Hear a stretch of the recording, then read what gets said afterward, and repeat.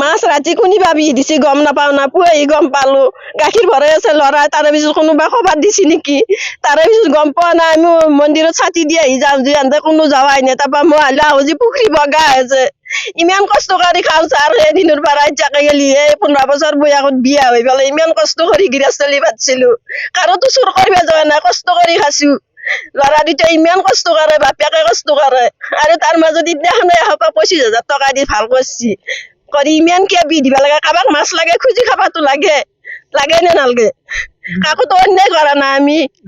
নিজৰ হেৰি কৰিবলৈ খাইছো পুখুৰী ডাকত লৈছো গাঁৱৰ পুখুৰী আছিল পইচা বা কিমান 3 লাখ টকা চুক্তি আছিল আমাৰ গাঁৱৰ আছিল মোৰ ভাগিন হয় বাইদেউ 1 বছৰ হৈ গেল এই 1.5 বছৰ হেৰি দিছি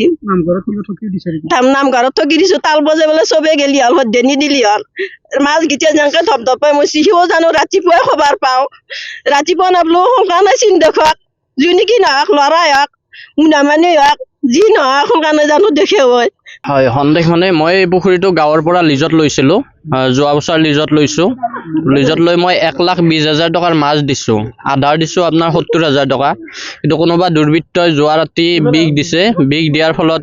গোটেই মাছখিনি মৰি গৈছে গম পোৱা নাছিলোঁ যিহেতু মই মোৰ ডায়েৰী ফাৰ্ম এখন আছে মই তাত ব্যস্ত থাকোঁ ৰাতিপুৱাৰ ভাগত কিন্তু মোক ওচৰৰ ছাৰ এজনে ফোন কৰি জনোৱাত মই আহিলোঁ আহি দেখা পাওঁ গোটেই মাছবোৰ মৰি আছে ইমান কষ্ট কৰি আছো কিন্তু কোনে কি কাৰণত এই কামটো কৰিলে আমাৰ প্ৰশাসনৰ মহোদয়সকল আছে তেখেতসকলক মই বিনম্ৰভাৱে অনুৰোধ জনাইছোঁ ইয়াৰ উচিত তদন্ত হ'ব লাগে আৰু দোষী যাতে মানে উচিত শাস্তি পায় এইখিনি মোৰ ক'ব লগা এইটো কোনোবাই শত্ৰুতা হিচাপতে কৰিছে মোৰ লগত ব্যক্তিগত শত্ৰুতা আছে তেখেতসকলে কৰিলে হ'ল কিন্তু এই পুখুৰীটো মই ৰাখিছোঁ হয় কিন্তু মই ৰখাৰ বিনিময়ত এখন ৰাইজৰ মানে এটা লাভ হৈ আছে এই মন্দিৰৰ নামত 3 লাখ টকা পায় 3 বছৰত কিন্তু ইয়াত ব্যক্তিগত মোৰ অকলে লাভ হোৱা নাই ৰাইজৰো লাভ হৈছে যেহেতু পইচাটো মানে মন্দিৰত যায় কিন্তু ব্যক্তিগত শত্ৰুৰ কাৰণে তেখেতসকলে ৰাইজৰো ক্ষতি কৰিলে আৰু মোৰ যথেষ্ট ক্ষতি হ'ল 3 লাখ টকাৰ মই 1.5 লাখ টকা গাঁৱত এডভান্স দিছোঁ আৰু 1.5 লাখ টকা মই নেক্সট লাষ্ট ছিজনত দিয়া কথা আছিলে কিন্তু আৰু তাৰপিছত তাৰোপৰি মই 1,20,000 টকাৰ মাছ দিছোঁ 70,000 টকা মোৰ আধাৰত গৈছে আৰু মেটেকা পৰি আছিল 25,000 টকা দি পেলাই মই মেটেকা চাফ কৰি এই বাঁহ কিনি ইয়াতে খাই দিছোঁ গতিকে যিয়ে নকৰক মই প্ৰশাসনক বিনম্ৰভাৱে অনুৰোধ জনাইছোঁ মানে ইয়াৰ যাতে উচিত মানে তদন্ত কৰে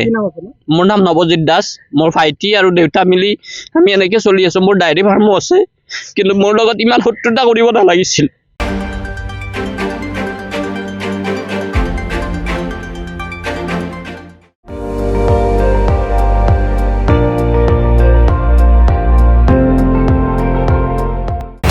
আপুনি চাই আছে ND24 সৰ্বশ্ৰেষ্ঠ নহয় সৰ্বোত্তমৰ দৌৰ